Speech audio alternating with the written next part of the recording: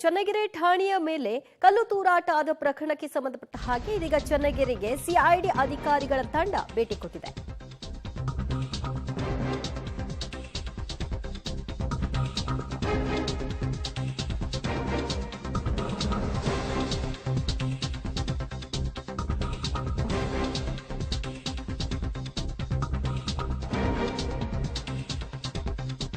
ಚನ್ನಗಿರಿ ಠಾಣೆಯಲ್ಲಿ ಆದಂತಹ ಕಲ್ಲು ತೂರಾಟ ಪ್ರಕರಣ ಸಂಬಂಧ ಇದೀಗ ಚನ್ನಗಿರಿಗೆ ಆಗಮಿಸಿದೆ ಸಿಐಡಿ ಅಧಿಕಾರಿಗಳ ತಂಡ.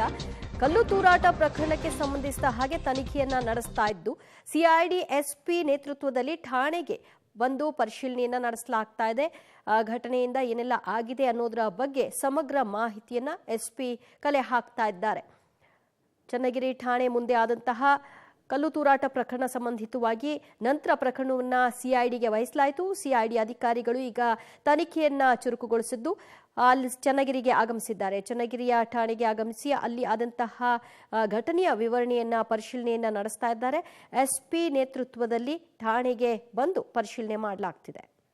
ನಿನ್ನೆ ನಡೆದಂತಹ ಚನ್ನಗಿರಿ ಪ್ರಕರಣದಲ್ಲಿ ನಾವು 25 ಜನರನ್ನು ಅರೆಸ್ಟ್ ಮಾಡಿದ್ದೀವಿ. ಈಗಾಗಲೇ ನ್ಯಾಯಾಂಗ ಬಂಧನಕ್ಕೆ ಕೂಡ ಒಪ್ಪಿಸಲಾಗಿದೆ. ಅದ್ರ ಬಗ್ಗೆ ಇನ್ನೂ ಬರಬೇಕಿದೆ. ಸೊ ಡಾಕ್ಟರ್ ಕೊಡ್ತಾರೆ. ಹೀಗೆ ಸಡನ್ ಆಗಿ ಗುಂಪಲ್ಲಿ ಪ್ರೊವೊಕೇಶನ್ ಆಗಿ ಈ ಥರ ಮಾಡಿದ್ದಾರೆ.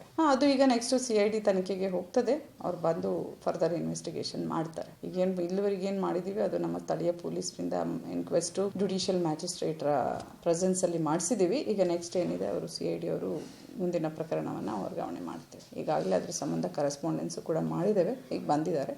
ಅದು ಕೂಡ ಇವತ್ತು ಪ್ರಕ್ರಿಯೆ ಆಗ್ತದೆ. ಗ್ಯಾಸ್ ಫೈರಿಂಗ್ ಮಾಡಿ ಇಮಿಡಿಯೇಟ್ ಆಗಿ ಅವರೆಲ್ಲರಿಗೆ ಕೂಡ ಕಂಟ್ರೋಲ್ ಮಾಡಿದ್ದಾರೆ. ಅದಾದ್ಮೇಲಿಂದ ಅವಾಗಿಂದ ಕೂಡ ಪರಿಸ್ಥಿತಿ ಶಾಂತ.